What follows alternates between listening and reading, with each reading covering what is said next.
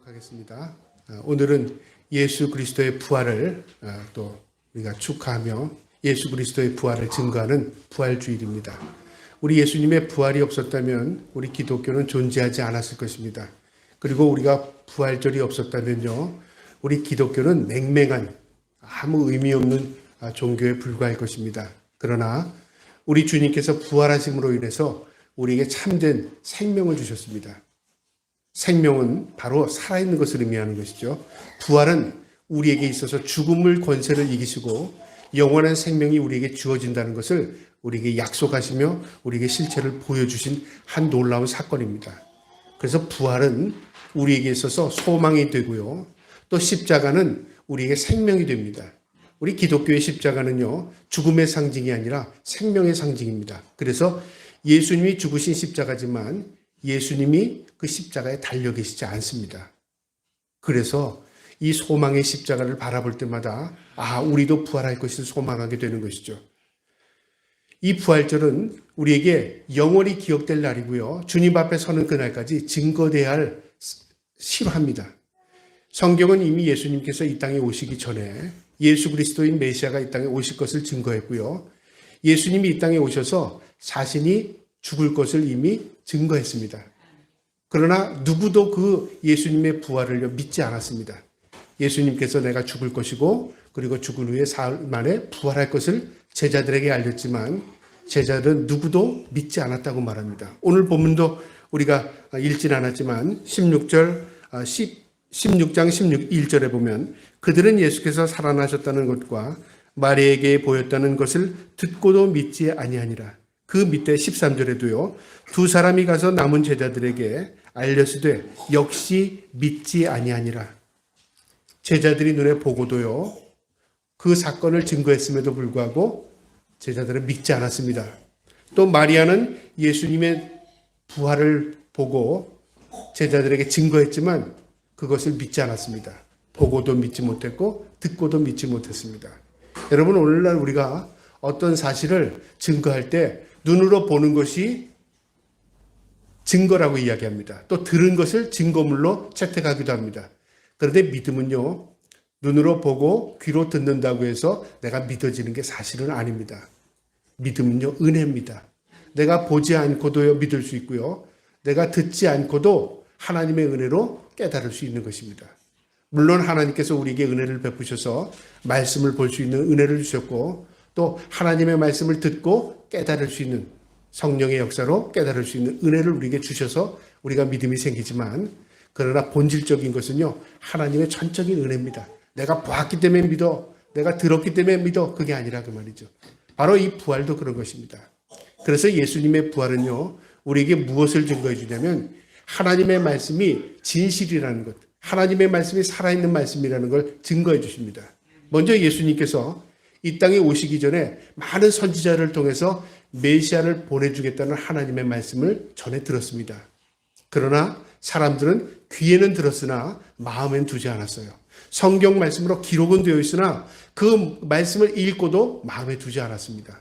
예수님이 이 땅에 오셨습니다. 그러나 누구도 예수 그리스도를 메시아로 받아들이지 않은 것입니다. 여러분, 믿음은 이처럼요, 소수의 것인 것 같아요.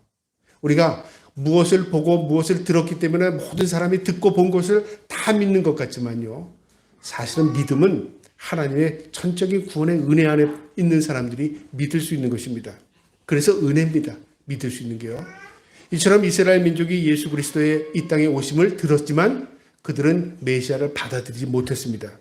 그 다음에요, 예수 그리스도께서는 죽으셨습니다. 대속의 죽음을 죽으신 것입니다. 바로 저와 여러분을 위해서요. 그런데 그 죽음이 이 유대인들은 어떻게 생각했냐면 어리석은 죽음이라고 생각한 것이죠.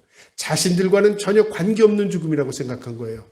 그런데 그 죽음은요, 바로 유대인을 위해서 죽은 것뿐만 아니라 인류의 죄악을 위해서 죽은 것입니다. 여러분, 인간이 가장 두려워하는 게 뭐냐면 죽음입니다. 내가 만약에 죽지 않는다면 여러분 어떻게 살겠어요? 뭐 이렇게 하다가 또 죽으면 또 다시 살아나면 되지. 반복적인 우리 인생이 있다면 어떻게 될까요? 지금 세상에서 이렇게 살지만 다음 세상에 태어날 땐 또 이렇게 살지. 그래서 다른 종교엔 윤회설이라는 게 있습니다. 죽었다가 또 살아나고 죽었다가 또 태어나고. 그건 뭐냐면 인간들이 소망하는 것을 어떻게 철학적인 논리로 끼워 맞춘 겁니다. 그래서 죽으면 끝날 것 같아요. 그러니까 죽어야 다시 살기를 원하는 거죠. 근데 어떻게 사는 방법을 모르거든요. 그러니까 다른 것으로 태어난다.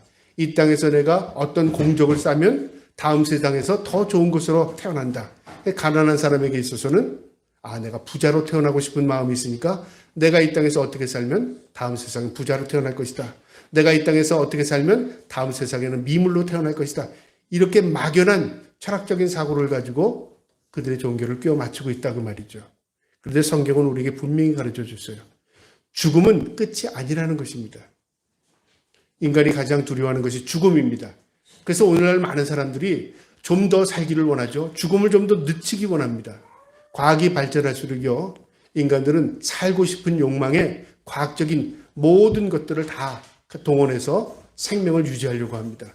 그래서 오늘날 의학이 발달하고 과학이 발달하면서 우리의 이 세포를 살리기 위해서 여러 가지 방법들을 사용합니다. 그래서 세포를 젊게도 만들려고 하고 또 세포를 재생하는 그런 과학적인 실험도 많이 합니다. 그것뿐만 아니라 우리 인체의 일부분, 노화된 일부분을 교체하려고, 인체공학적으로 교체하려고 하는 또 연구들도 많이 생깁니다. 그래서 고장난 우리 육체, 고장난 부분을 새로운 것으로 교체하려고 하죠. 심지어는 이제 뇌과학이 발달하면서요, 그것과 함께 이제 AI, 여러분 잘 아는 AI가 굉장한 속도로 발전했습니다. 그래서 뇌과학자들은요, 인간을 영원히 살기 위한 방법들을 그들 나름대로 연구해서 이렇게 하면 인간이 영원히 살 수 있는 게 아닌가? 그래서 인간의 뇌를요, 기계적인 방법으로 칩에다 심는 거죠. 그래서 인간을 재생시켜요. 그러면 우리 기억은 살아있기 때문에 내 몸이 노화가 되면 다시 새로운 기계에다가 내 기억을 다시 저장하는 거죠. 그래서 반복적으로 내 기억이 살아남게 만드는 거죠. 그래서 영원히 살 수 있을 것이다.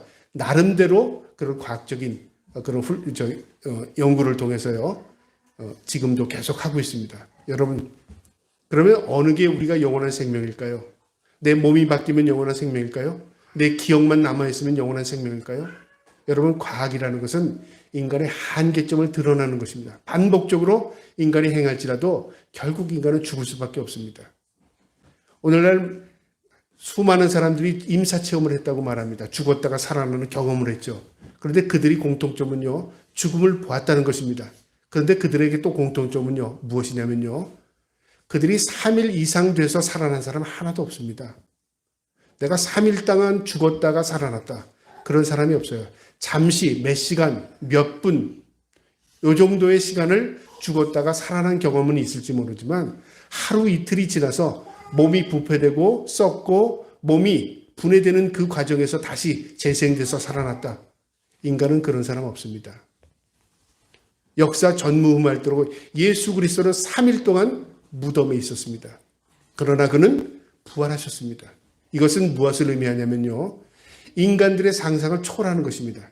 죽음을 이기시고 그 죽음의 권세를 이기시고 부활하셨다는 의미는 죽음 뒤에 뭔가 있다 그 말이죠. 여러분, 우리의 몸은 흙입니다. 다 소멸됩니다. 그러나 성경을 보면 부활의 몸이 있답니다.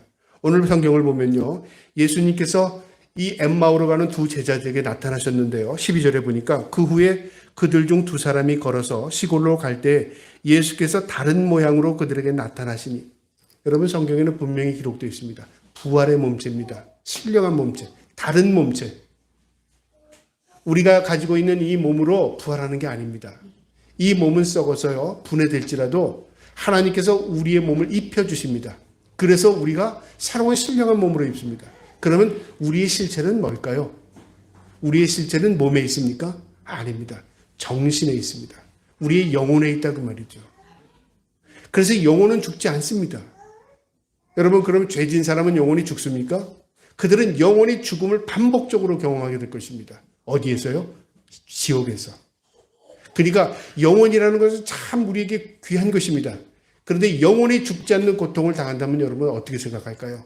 그것만큼 힘든 게 없었겠죠. 하나님께서 우리에게요, 믿음의 소망을 가지고 영원한 생명을 우리에게 주시겠다고 말씀하셨습니다. 어떤 사람에게요? 예수 그리스도를 믿음으로 구주를 영접하는 자들에게. 그래서 부활은 우리에게 참된 소망이 됩니다. 또 부활은요, 살아나셨다는 겁니다. 죽음의 권세를 이기시고 살아나셨습니다. 그래서 무덤이 없습니다. 예수님의 무덤의 흔적은요, 빈 무덤입니다. 오늘날도 많은 사람들이 예수님의 무덤의 흔적을 찾으려고 노력하지만요, 예수님은 빈 무덤으로 남겨져 있습니다. 그것은 무엇을 증거하냐면 예수님은 부활하셨다는 증거를 우리에게 보여줍니다. 그 다음에 예수님은 죽으시고요, 승천하셨습니다. 죽으시고 부활하신 후에 승천하셨습니다. 그것은 무엇을 의미하냐면요, 이 땅이 영원하지 않다는 것을 우리에게 보여줍니다.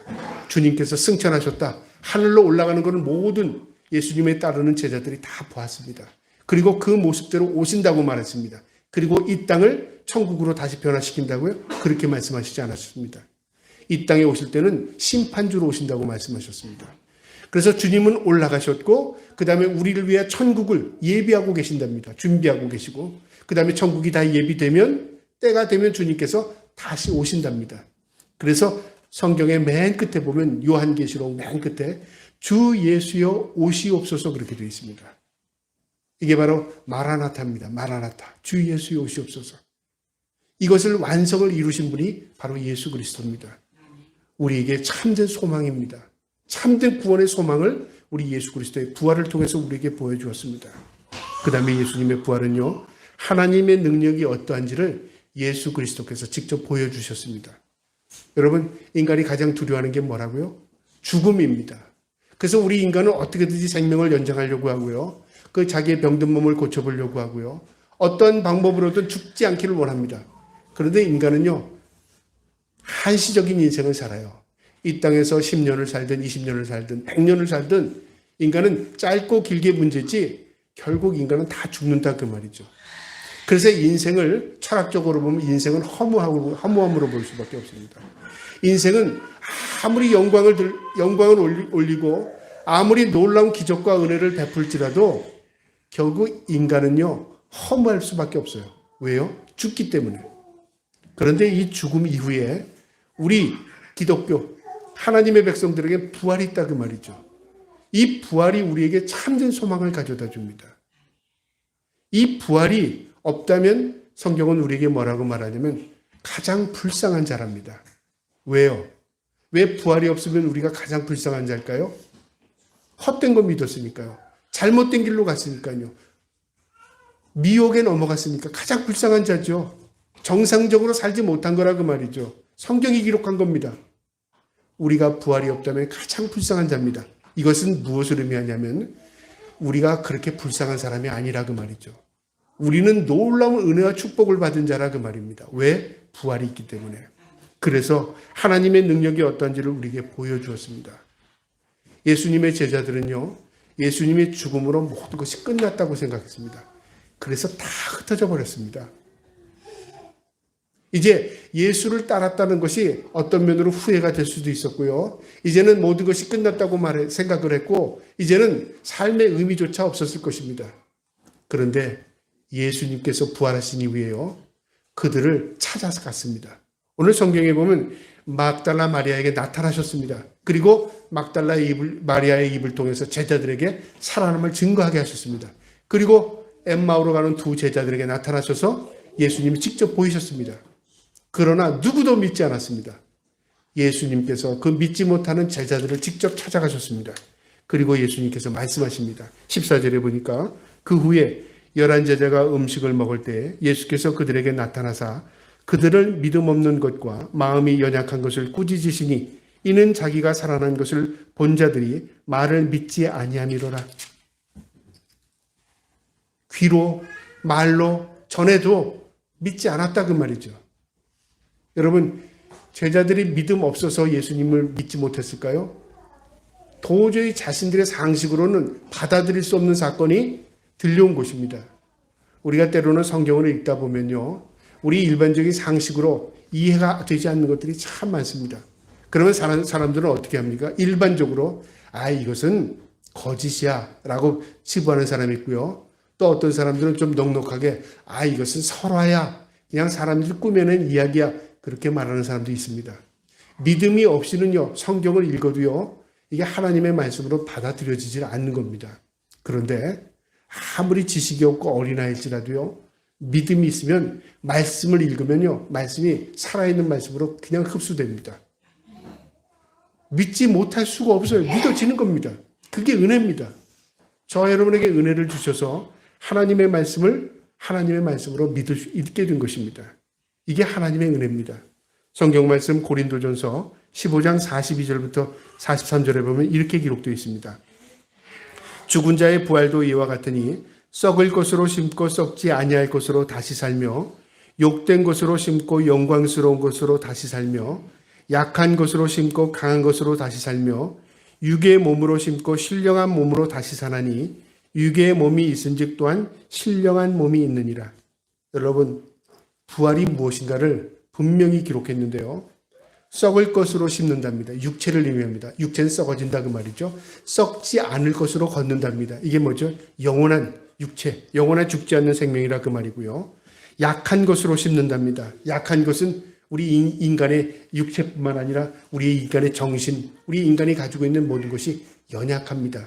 그래서 철학적으로 인간을 말할 때요, 생각하는 갈대라고 말하지 않습니까? 갈대는 바람에 흔들려요. 몹시 흔들립니다. 그런데 인간이 위대할 수 있는 것은 그 안에 생각이 있다 그 말이죠. 이게 철학적인 사고입니다. 우리 인간은 연약합니다. 강한 것 같지만 연약합니다. 그런데 거두는 것은 강한 것이랍니다. 무엇이죠? 바로 하나님의 은혜, 능력으로 우리가 영원한 생명을 얻게 된다 그 말이죠. 육체의 몸은 어떻게 썩어지지만 우리가 신령한 몸으로 거둬진답니다. 이게 바로 하나님의 은혜입니다. 예수 그리스도의 부활을 통해서 우리에게 그것을 직접 보여주신 것입니다. 그 다음에요, 고린도전서 15장 57절부터 58절에는요, 우리 주 예수 그리스도로 말미암아 우리에게 이김을 주시는 하나님께 감사하노니 그러므로 내 사랑하는 형제들아 경고하며 흔들리지 말며 항상 주의 일에 더욱 힘쓰는 자가 되라. 이는 너희 수고가 주 안에서 헛되지 않은 줄을 알미라. 여러분, 우리가 이 땅에 사는 동안에 잠시 잠깐인데 우리가 수고하고 고난당하고 우리가 예수 믿는 것 때문에 어렵지만 그거 낙심하거나 절망하지 말랍니다. 왜 그럴까요? 왜 우리가 이 땅에서 살면서 수고하고 힘들고 절망하고 낙심해야 될 것들 낙심하지 말라고 할까요? 우리 주님이 다 아신다 그 말이죠. 그것은 무엇을 의미하냐면요, 우리 주님의 위로가 있다 그 말입니다. 여러분, 우리가 이 땅에서 행복하고 잘 먹고 잘 살고 내가 하는 대로 다 하고 천국 가서 또 내가 원하는 거 다 누리고 살고, 우리 인간은 누구나 그랬으면 좋겠죠. 여기서도 잘 되고 저기서도 잘 되는 거 원하겠죠. 그런데 성경을 어느 구석에 읽어봐도요, 성경 속에서 이 세상에서 행복하고 누리고 살다가 천국 갔다 그런 내용이 없습니다. 그래서 극단적인 이야기는 이제 예수님께서 하신 말씀이요, 거지 나사로 이야기가 있습니다. 그는 신부는 거지였습니다. 근데 그가 천국 갔어요. 그죠? 근데 거지의 이름이 있다는 거죠. 거지의 이름이 나사로입니다. 하나님이 기억했다는 거죠, 이름이. 근데 부자가 나옵니다. 그것과 함께. 부자는 이 땅에서 누리고 살았어요. 하나님이 그걸 기억하지 않았어요. 그건 천국 가지 못했다는 의미죠. 왜 이렇게 극단적인 이야기로 예수님께서 이야기를 전개하셨을까요? 이 세상이 어떤 세상인가를 우리에게 보여주는 겁니다. 우린 이 땅에서 영광을 누리고 높은 지위에 있고 그 다음에 내가 하고 싶은 대로 하고 내가 성공하고 꿈을 이루는 것이 이 땅에서 성공이라는 그 말로 사람들에게 위로를 받을지 모릅니다. 그런데요, 하나님 보시기에 성공은 그게 아니라 그 말이죠. 여러분, 단적인 예로 세상에서 성공한 사람들에게 사람들이 물었습니다. 직접 물었습니다. 당신은 성공했습니까? 물었더니 대답이 어떻게 나왔냐면 80몇 프로가 나는 성공한 게 아닙니다라고 말했답니다. 그럼 어떤 사람, 한 10몇 프로 다는 사람이 난 성공했다는 말하는 사람이 성공했을까요? 그 사람들은 어떤 사람이 착각한 겁니다. 자기가 다른 사람들이 다 성공했다고 말하니까 내가 성공했나 보다 착각한 겁니다. 자신의 마음속에 내가 성공했나고 물어보니까 성공한 것 같지 않아요. 왜 그런 결론이 나올 수 있을까요? 다른 사람에게 눈에서 내게 비춰줄 때 내가 성공한 것은요, 그 사람이 가지고 싶은 것을 내가 가지고 있었기 때문에 성공한 것으로 보여지는 것입니다. 성공은 어디에 있습니까? 하나님께서 우리에게 성공이라고 주시는 게 있습니다. 그게 뭐냐면 하나님께서 은혜로 우리에게 구원을 주신 것. 구원받은 모든 사람들이 인생을 성공한 사람들입니다. 성경은 우리에게 그것을 증거해 줍니다. 그래서 이 땅에서 헛된 것이 없습니다. 모두 수고와 고난, 이 모든 것이 하나님 아신다. 그 마음으로 우리가 믿음으로 살아가면요, 우리가 주님 앞에 서는 날 큰 위로 받을 것입니다. 그래서 부활은 참전히 우리에게 영광입니다. 여러분, 우리가 예수님 앞에 서는 날 어떤 모습으로 설까요? 부활한 모습으로 섭니다. 모두 신령한 모습이 있고 공중에서 주를 배우리라 그랬습니다. 여러분, 우리가 공중에 어떻게 올라갈 거예요? 공중에 올라갈 수 있는 것은 우리의 육체 가지고는 공중에 뜨지 못합니다. 어떤 몸이죠? 신령한 몸입니다. 시공을 초월하는 몸을 갖게 되는 것이죠. 그래서 예수님께서요, 부활하신 이후에 제자들에게 뭐라고 말씀하시냐면, 나를 만난 곳 갈릴리로 가라. 나도 그곳으로 가겠다고 말씀하셨습니다. 그 예루살렘에서 갈릴리의 거리가요 150km입니다. 150km. 한 여기서 대전 정도 될까요? 그 정도 거리를 예수님께서 나도 거기서 너희를 만나겠다고 소식을 전했습니다. 그리고 예수님께서 다 전했는데요, 누가 먼저 가 계셨냐면 예수님이 먼저 가 계셨어요. 제자들을 기다리고 계셨다니까요, 거기서. 그럼 예수님께서 추측법을 쓰셨습니까? 뭐 교통의 수단이 발전해서 그때는 어떤 다른 교통을 이용해서 예수님 빨리 가셨을까요? 아닙니다. 시공을 초월하는 겁니다. 여러분, 우리가 새로운 신령한 몸을 입게 되면요, 지금 우리가 가지고 있는 의식, 우리가 가지고 있는 이 사고로 우리의 몸을 팥가름하기가 참 어려워요. 여러분, 창세기에 보면 그 그림자 같은 모습이 나타나는데요, 하나님께서 이 아담과 하와에게요, 생육하고 번성하라, 땅에 충만하라, 다스리라고 말씀하십니다. 그런데 여러분, 이 지구 하나를 다스리려면 어떤 몸을 가져야 이 지구를 다스릴 수 있을까요? 그냥 앉아서 말로 다스릴 수 있을까요? 아담과 하와가 이 지구를 다스리려면 어떻게 돼요? 직접 가서 보던가 만져보던가 뭔가 해결을 해주던가 아니면 뭔가 개입을 해야 되잖아요. 그럼 그 장소에 있어야 합니다. 그럼 그 장소는 어떻게 할까요? 몇 날 며칠을 몇 년을 가서 그 장소에 가볼까요? 아닙니다. 우리가 상상하는 이상으로요, 아마 아담과 하와는 우리의 육체와는 별다른 육체였을 거예요. 그런데 그들의 육체가 왜 죽음을 맞이하게 됐을까요? 그것은 죄로 인해서 결국은 죽음을 보게 된 겁니다. 그들이 선악과를 따먹기 전에는요, 하나님께서 만드신 몸은 신령한 몸이었습니다. 그래서 하나님께서 인간의 육체를 만들 때는요, 만드시고 그 다음에 그 코에 생기를 불어넣으니 생명이 되었다고 말합니다. 주님께서 직접 입김을 불어넣으신 거예요. 영적인 존재였죠.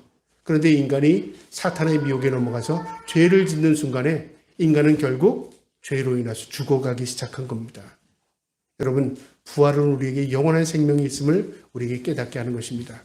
그 다음에요, 예수님의 부활은 하나님의 사랑이 어떠한지, 그리고 그분의 사랑과 용서가 어떠한지를 예수님 통해서 우리에게 보여주셨습니다. 우리가 기독교를 말할 때 사랑의 종교 그렇게 말하죠. 하나님을 말할 때 사랑의 하나님 그렇게 말합니다. 여러분, 사랑이 뭘까요? 성경은 사랑을 세 가지로 말합니다. 아카페, 필레아, 에로스. 아카페는 뭐죠? 끝없는 영원한 사랑.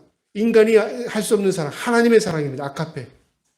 에로스는 뭐예요? 인간, 남녀가 사랑하는 거 에로스. 필레아는 서로 우정 같은 사랑을 의미합니다.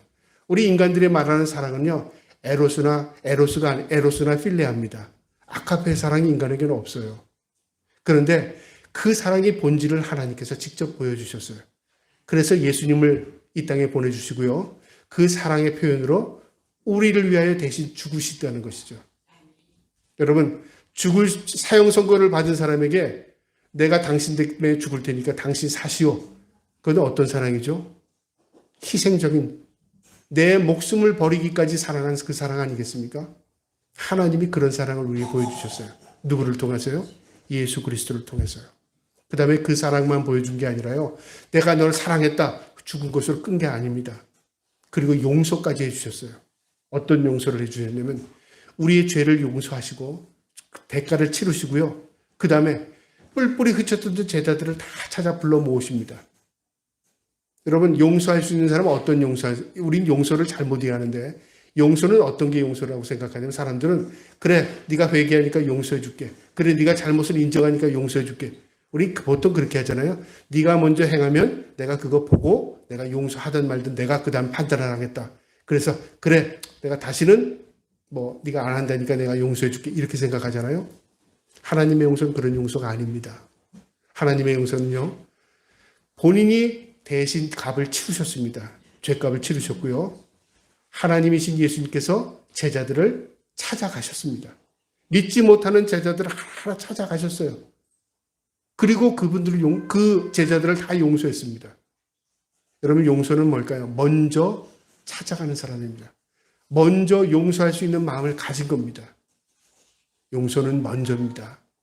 우리는 그렇게 생각하지 않죠? 그래서 용서하지 못하는 겁니다. 왜 용서하지 못해요? 내가 아직 용서할 그릇이 되지 못했기 때문에 그런 것입니다. 용서는 하나님만이 가지고 계셔요. 하나님께서 죄인들을 용서하셨어요. 우리가 죄인 되었을 때, 회개하지도 못했을 때, 깨닫지도 못했을 때 우리를 용서하셨어요. 그럼 우리가 언제 용서받은 걸 알았죠? 깨달았을 때. 그러니까 우리 예수를 믿는다는 것은 무슨 의미예요? 예수 그리스도를 나의 주인으로 받아들이고 내가 예수를 믿기 시작했더니 내가 용서받은 존재였다는 걸 그때 깨닫게 된 거예요. 이게 놀라운 은혜와 긍휼입니다. 시차를 초월하죠. 우리의 시차라는 게 뭐냐면 시간적인 개념입니다. 1시 다음엔 2시가 오고 2시다 3시가 오잖아요. 하나님의 용서는 시차를 초월합니다. 용서하셨습니다. 그런데 어떤 사람이 용서를 받았죠? 그 위에 용서함을 깨달은 사람이 용서받았다는 걸 알았어요. 언제요? 나를 이미 만세 전에 하나님께서 부르시고 택하셔서 용서해 준 거예요. 신비로운 겁니다. 신비로운 거. 그것을 인간적인 관점으로 구원의 은혜를 설명하려면요, 설명이 되지 않는 경우가 참 많습니다. 이미 하나님께서 우리를 용서하셨습니다. 그래서 제자들을 찾아오셨습니다. 그 다음에요, 그분들의 사랑을 다시 고백하게 합니다. 용서했다. 그러면 내가 용서받았구나. 그리고 다 뿔뿔이 흩어진다면 무슨 의미가 있겠어요? 주님 앞에 섰는데 주님이 우리 죄를 위하여 죽으셨어요. 그리고 우리를 다 용서해 주셨어요. 그리고 그 다음에는 아무 관계가 없어요. 그러면 어떻게 될까요? 그건 의미가 없는 겁니다. 그런데 우리 주님은요, 우리에게 사랑을 고백하게 하셨어요. 내가 너를 사랑하는지 알지? 그 다음에 수제자였던 베드로에게 내가 나를 사랑하느냐? 물었습니다. 이 말의 의미는 뭘까요? 내가 너를 사랑하는데 너도 나 사랑해, 그 말이죠. 여러분, 남녀 간의 사랑을 비우고 해볼까요? 어떤 남자가 여자에게 나 사랑해? 그걸 물을 때는 전제 조건이죠. 내가 너를 사랑한다, 그 말입니다.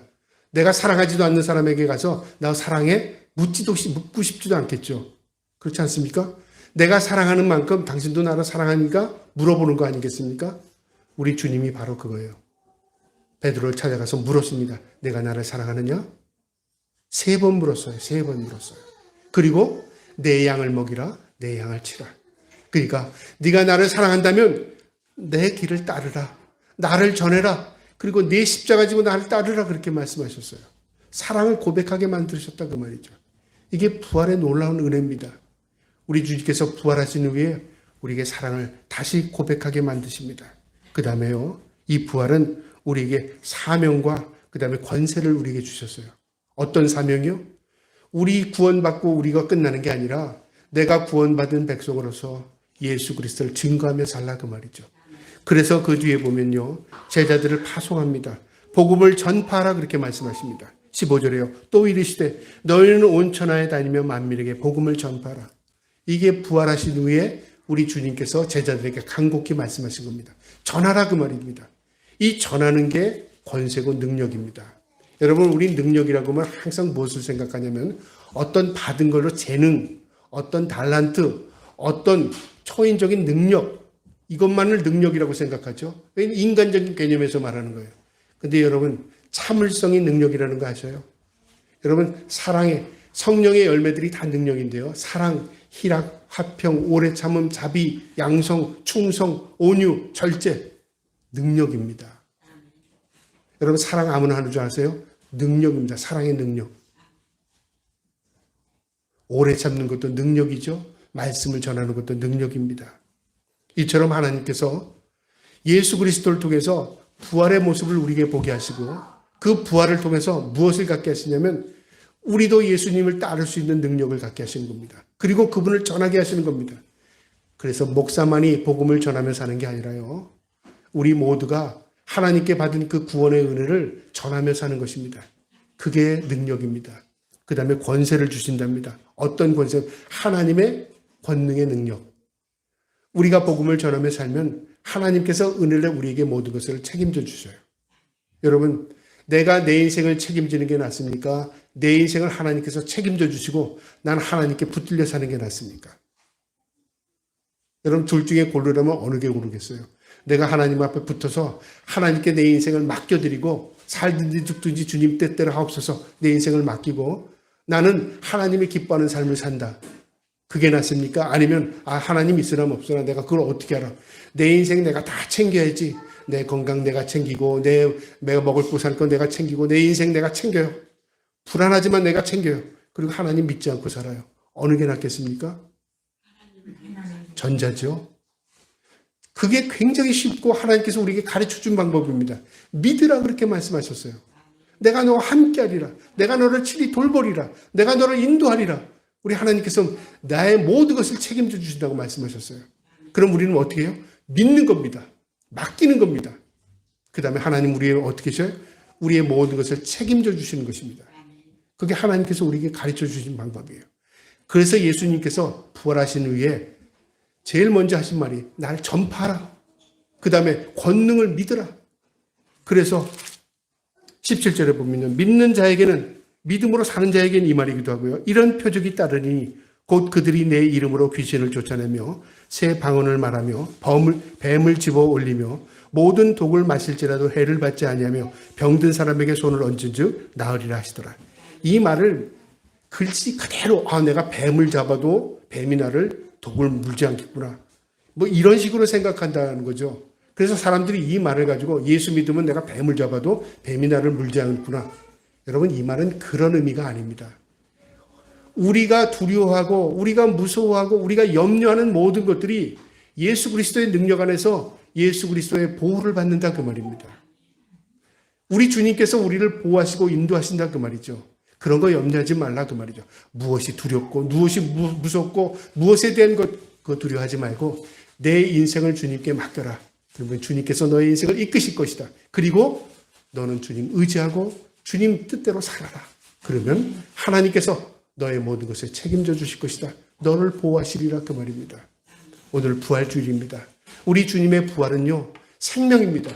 그 생명 안에는 우리의 모든 것들이 다 있습니다. 오늘 말씀처럼 이 부활에 우리 주님을 통해서요, 우리 주님의 부활의 권능, 힘 있기를 주님의 이름으로 축복합니다.